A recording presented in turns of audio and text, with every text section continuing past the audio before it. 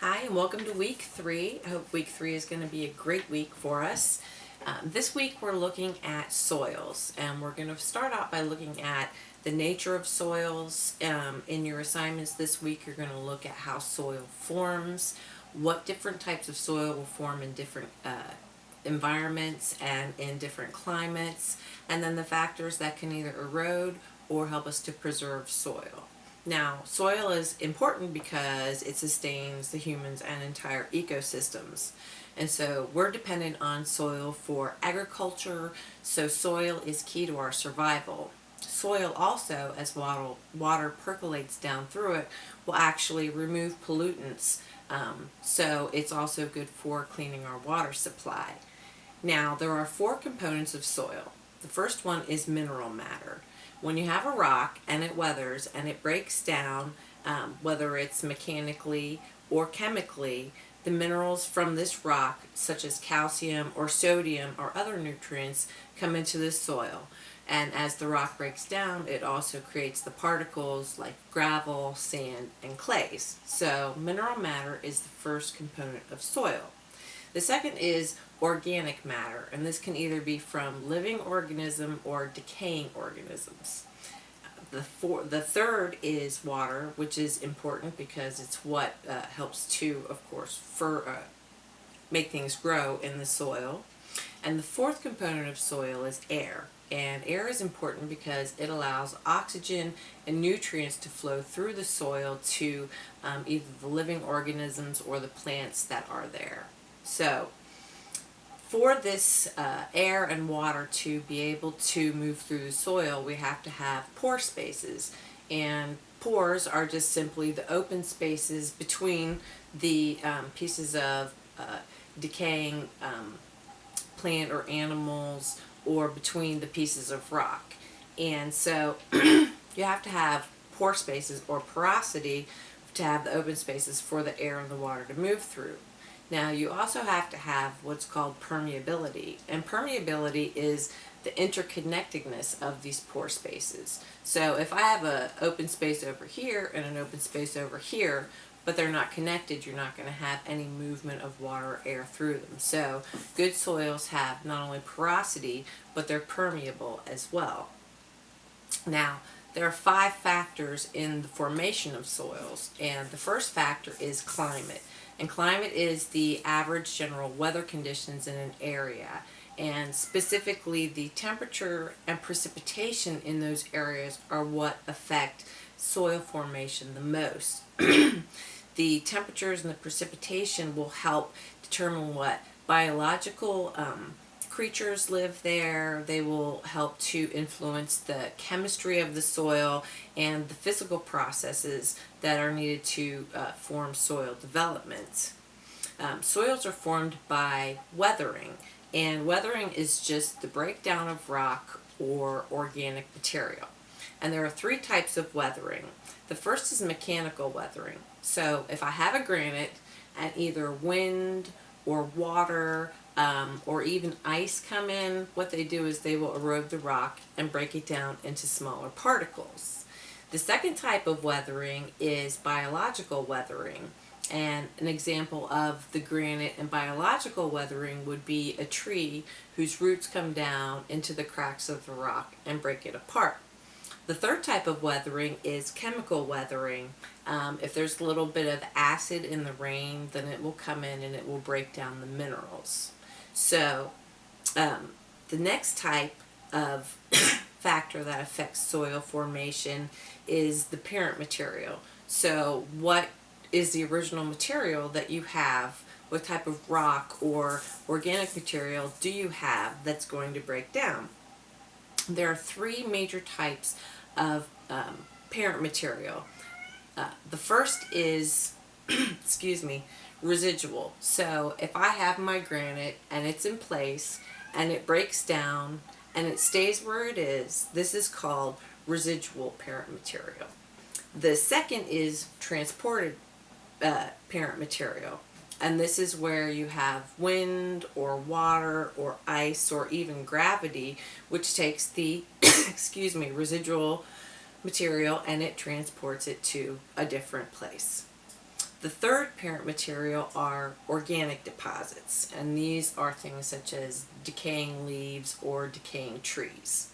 So those are the three parent material types that you have for a soil formation. So now that we have our soil, and excuse me, you're going to look at the soil profiles so you'll understand this as you move through it. The next thing that we're going to look at in this lecture is soil erosion. And because soil forms so slowly on a geological time scale, it can take millions of years for the rock to break down into a place where it's ready to have, where it's weathered enough to be able to become soil. We have to find ways to preserve the current soil that we have or to mitigate anything that would erode it. So we're going to look at different types of erosion, and then we're going to look at erosion by water.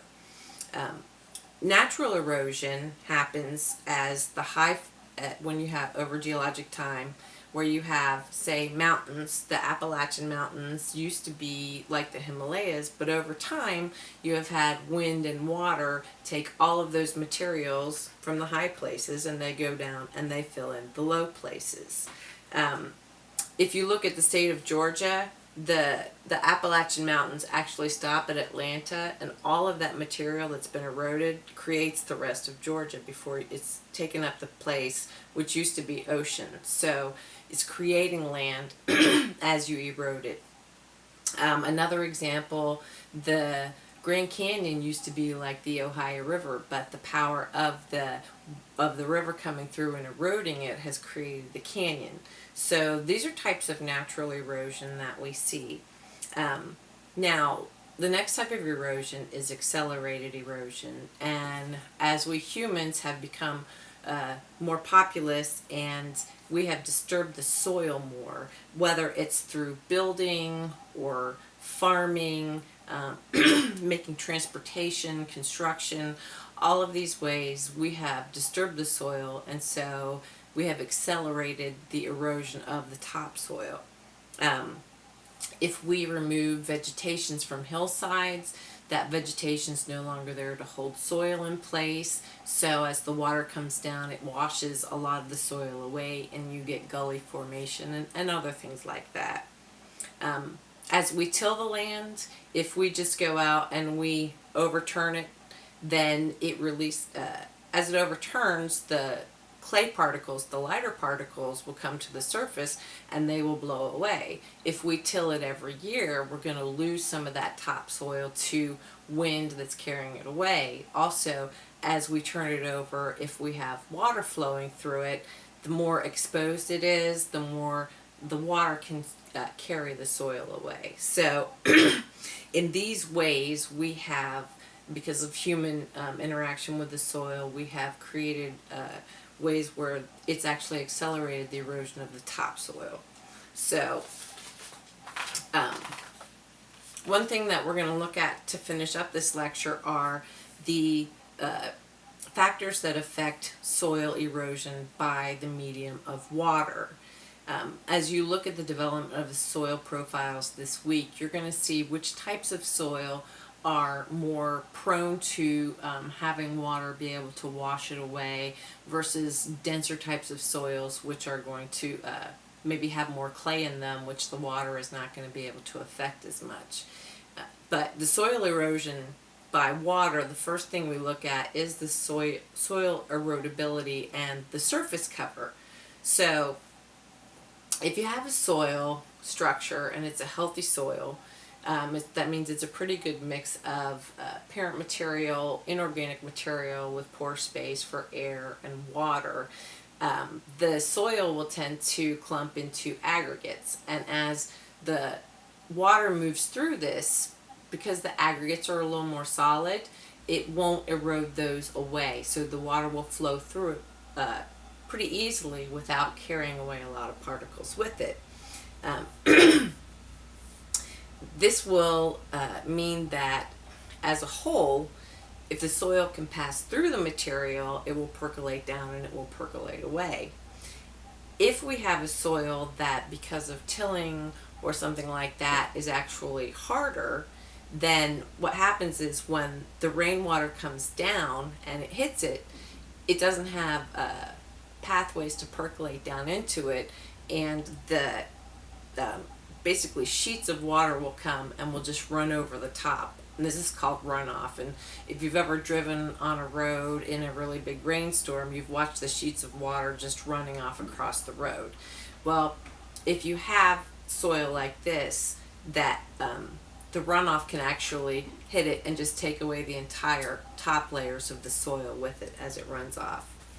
Two other factors that can affect soil erosion by water. One is the topography, which is just the general shape and the features of the earth. So if you have a low-lying place, the water will tend to, and the soil will tend to settle there. And if you have a steep slope, then of course the water, excuse me, is going to take the soil down more quickly and erode it. So those are some ways that soil can be eroded by water. You're going to look at some other erosion methods in your book this week. So if you have any questions, let me know, and thanks for listening to the lecture.